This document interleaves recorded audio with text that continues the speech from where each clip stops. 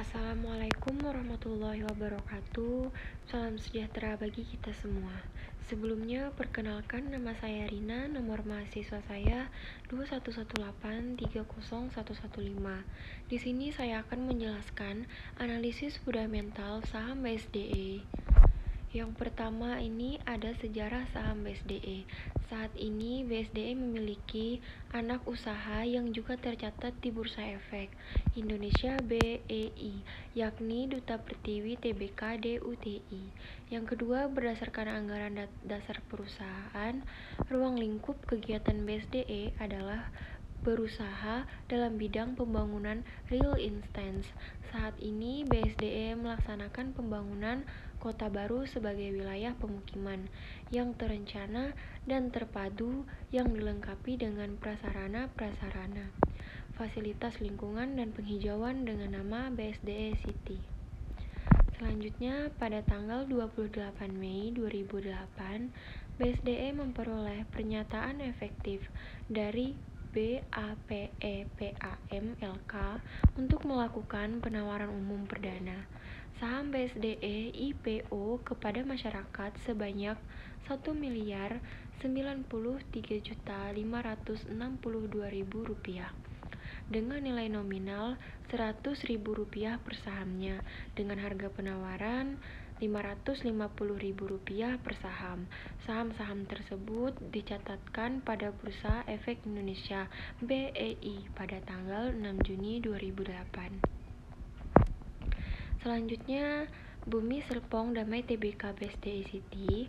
BSDE didirikan pada tanggal 16 Januari tahun 1984 dan mulai beroperasi secara komersial pada tahun 1989. Kantor pusat BSDE City terletak di Sinarmas Land Plaza, BSDE Green Office Park, Tangerang. Proyek Real Estate BSDE berupa perumahan Bumi Serpong Damai yang berlokasi di Kecamatan Serpong, Kecamatan Legok, Kecamatan Cisauk, dan Kecamatan Pegadangan, Provinsi Banten. Pemegang saham yang memiliki 5% atau lebih saham Bumi Serpong Damai Tbk antara lain ada PT Paraga Artamida 26,57% dan PT Eka Sentra Usaha Maju 26,47%. Selanjutnya ada sejarah pencatatan saham. Sejarah pencatatan saham berguna untuk mengetahui historis pendirian saham. Di sini sahamnya BSDE ya. Di tabel dapat kita lihat. Saham yang pertama ada saham perdananya BSDE, yang kedua pencatatan saham pendiri BSDE, yang ketiga penawaran terbatas saham BSDE. Jadi yang di tabel pertama ini ada pencatatan, yang kedua ada saham, yang ketiga ada tanggal pencatatan. Yang pertama saham perdana senilai Rp550.000. Sahamnya Rp1.093.562.000 dicatat pada tanggal 6 Juni 2008. Yang kedua ada pencatatan saham pendiri. Sahamnya senilai Rp9.840.060.870.000 dicatat pada tanggal 6 Juni 2008. Yang ketiga ada penawaran terbatas. Sahamnya senilai Rp6.541.373.722 dicatat pada tanggal 21 Desember 2010. Yang keempat ada penambahan modal tanpa HMETD senilai Rp1.820.000. Sahamnya senilai Rp874.849.800.000 dicatat pada tanggal 16 Mei 2014. Yang terakhir ada penambahan modal tanpa HMETD senilai Rp1.890.000. Sahamnya senilai Rp874.849.800.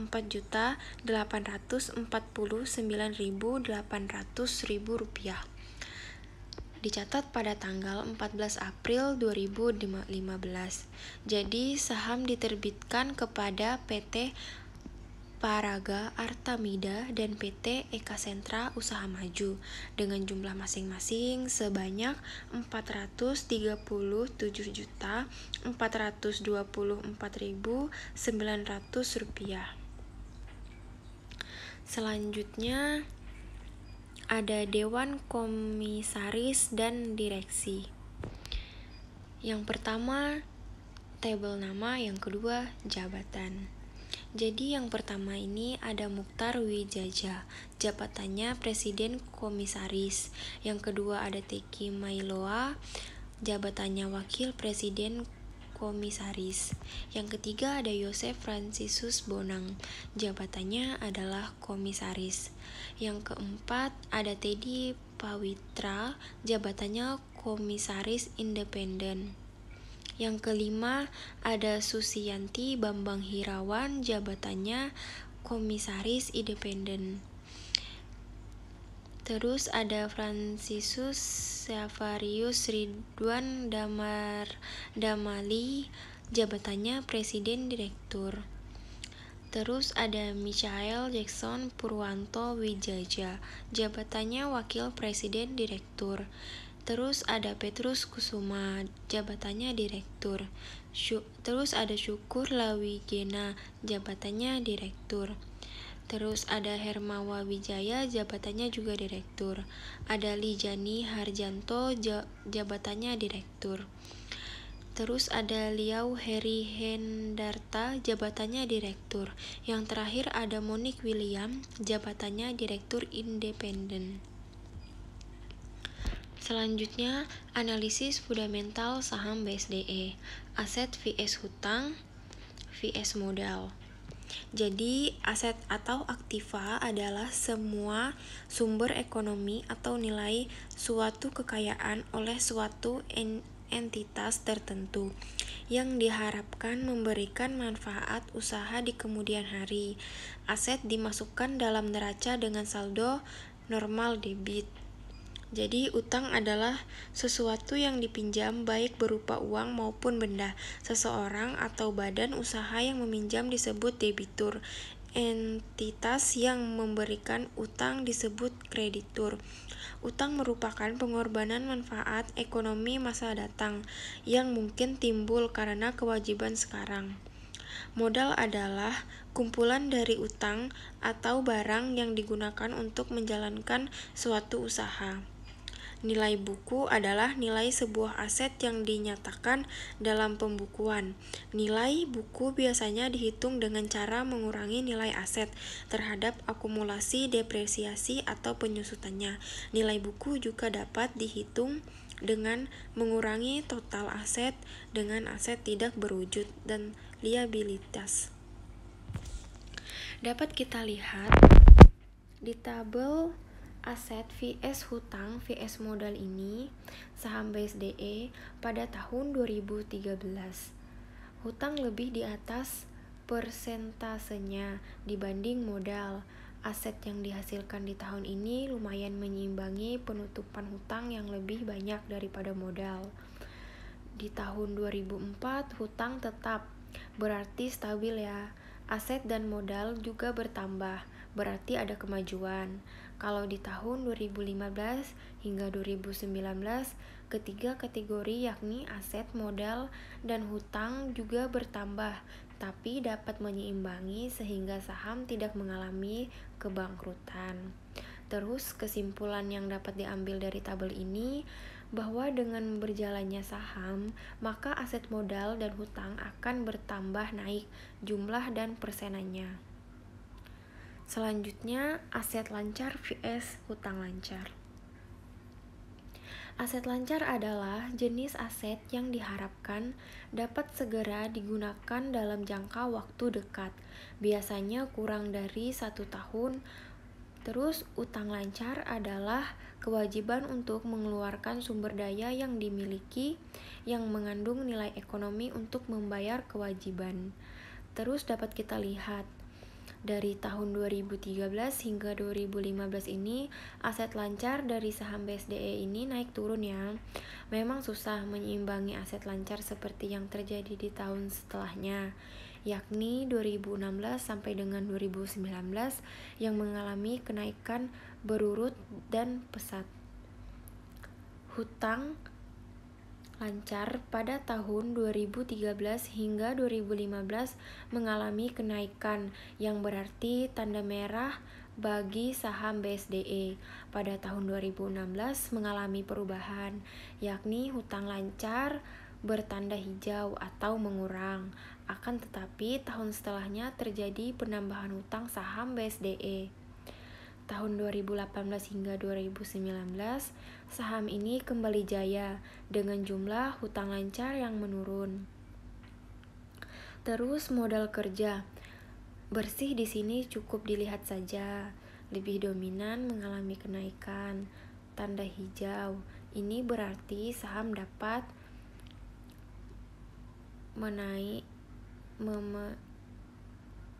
memanage dengan baik. Terus selanjutnya penjualan vs beban pokok vs laba. Jadi penjualan ini adalah aktivitas atau bisnis menjual produk atau jasa. Dalam proses penjualan atau penyedia barang dan jasa memberikan kepemilikan suatu komoditas kepada pembeli untuk suatu harga tertentu. Penjualan dapat dilakukan melalui berbagai metode, seperti penjualan langsung dan melalui agen penjualan. Terus harga pokok penjualan atau yang biasanya disingkat HPP adalah jumlah pengeluaran dan beban yang secara langsung atau tidak langsung untuk menghasilkan produk atau jasa di dalam kondisi dan tempat di mana barang dapat dijual dan digunakan. Singkatnya, harga pokok penjualan atau HPP tadi adalah jumlah biaya yang dikeluarkan oleh perusahaan untuk tenaga kerja, bahan dan overhead dalam proses pembuatan produk atau jasa yang dijual ke pelanggan sepanjang suatu periode. Laba adalah dari penanaman modal setelah dikurangi biaya-biaya terkait penanaman modal tersebut. Namun jika melihat dari sudut pandang akuntansi, laba merupakan selisih harga penjualan dengan biaya produksi. Jadi dapat dilihat di grafik yang ditunjukkan oleh saham BSDE ini. Tidak stabil ya, berarti naik turun dan mencapai puncak naik di tahun 2017. Meskipun setelahnya menurun pesat, salah satu penyebabnya yaitu karena tidak adanya terkelola dengan baik sehingga hasil analisisnya tuh didapatkan juga ya seperti itu gitu. Terus selanjutnya ada laba vs laba ditahan vs dividen. Laba ditahan atau retained earnings adalah bagian dari laba bersih perusahaan yang dengan sengaja tidak dibagikan kepada para pemegang saham dalam bentuk dividen guna membiayai berbagai kepentingan perusahaan baik dalam jangka panjang maupun jangka pendek. Pengertian dividen selain capital gain, bentuk return yang lain adalah dividen secara sederhana adalah bagian dari keuntungan perusahaan itu yang dibagikan kepada pemegang saham sebagai investor yang membeli suatu saham. Kita tentunya mengharapkan perusahaan tersebut mengalami keuntungan laba yang besar. Laba per saham BSDE ini memiliki banyak saham di tahun 2013 ini ke tahun 2014 mengalami kenaikan. Perhatikan tabel pada tahun 2015 ini ya. Dan di tahun 2016 mengalami penurunan. Lihat tabel. Di tahun 2017 laba per saham mengalami kenaikan pesat, akan tetapi di tahun 2018 turun kembali dan di tahun 2019 mengalami kenaikan kembali. Hal-hal ini menunjukkan bahwa laba per saham pada saham BSDE tidak stabil di setiap tahunnya. Laba ditahan per sahamnya stabil ya. Bisa dilihat di tabel, mengalami kenaikan dari tahun ke tahun. Dividen per saham di tahun 2013 hingga 2015 ini mengalami kenaikan. Akan tetapi di tahun 2016 hingga tahun 2018 mengalami penurunan dan di tahun 2019 mengalami kenaikan kembali. Dan rasio dividennya itu tidak stabil seperti yang ditunjukkan di tabel dan grafik di slide PPT-nya. Terus arus kas operasi vs pembiayaan vs investasi vs perubahan kas. Arus kas operasi vs pembiayaan. Laporan arus kas ini adalah bagian dari laporan keuangan suatu perusahaan yang dihasilkan pada suatu periode akuntansi yang menunjukkan aliran masuk dan keluar uang perusahaan. Operasi berarti menandakan saham BSD ini berjalan, operasi ini di saham ini berjalan lancar dengan kenaikan per tahunnya. Pembiayaan secara umum adalah penyediaan uang atau tagihan yang dapat dipersamakan dengan itu. Persamaan persetujuan atau kesepakatan antara bank dengan pihak lain yang mewajibkan pihak yang dibiayai untuk mengembalikan uang atau tagihan tersebut setelah jangka waktu tertentu dengan imbalan atau bagi hasil. Jadi investasi ini adalah suatu kegiatan menanamkan modal baik langsung maupun tidak dengan harapan pada waktu nanti pemilik modal mendapatkan sejumlah keuntungan dari hasil penanaman modal tersebut. Tujuan dari laporan arus kas ini adalah memberikan informasi mengenai sumber penggunaan perubahan kas dan setara kas. Dari data pembiayaan hingga posisi kas masih naik turun ya. Perhatikan tabel dan persenan pada tabel ini. Ini menunjukkan bahwa saham BSDE berjalan beroperasi dengan keuangan yang naik turun, bisa dikatakan tidak stabil. Terus BSDE dan kaitannya dengan Omnibus Law. Dengan disahkannya peraturan ini berimbas terhadap potensi pertumbuhan ekonomi yang lebih cepat lantaran tersokong oleh penanaman modal asing atau Foreign Direct Investment (FDI) yang masuk ke Indonesia. Dalam perkiraan dia setiap kenaikannya ada 1% investasi akan bergerak pertumbuhan ekonominya itu sebesar 0,3% dan biasanya menciptakan lapangan pekerjaan sebesar 75.000. Beberapa sektor yang diuntungkan dari Undang-Undang Cipta Kerja ini adalah sektor properti dan infrastruktur indeks. Sektor infrastruktur tercatat menanjak sebesar 1,14%. Adapun poin yang menguntungkan bagi sektor properti ini yakni terkait kepemilikan asing terhadap properti serta titel yang tentunya bisa membantu menstimulasi pasar apartemen di Indonesia. Selanjutnya BSDE dan kaitannya dengan Omnibus Law masih ya.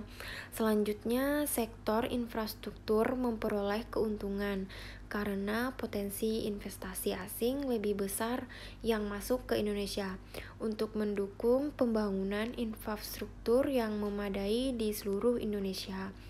Terus kedua sektor tersebut bisa lebih baik dengan adanya Undang-Undang Cipta Kerja.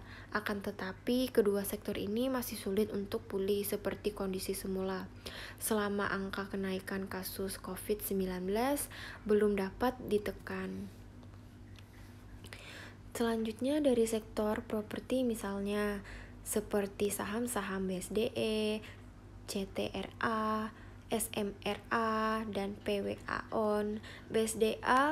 BSDE unggul lantaran neraca keuangannya terbilang sehat. Dari porsi produk di bawah senilai 2 miliar mencapai 82%, dan dilihat dari segi valuasinya juga murah dengan PBV di angka 0,57 kali. Selain itu, BSDE juga termasuk yang agresif dalam peluncuran suatu produk dan pemasaran.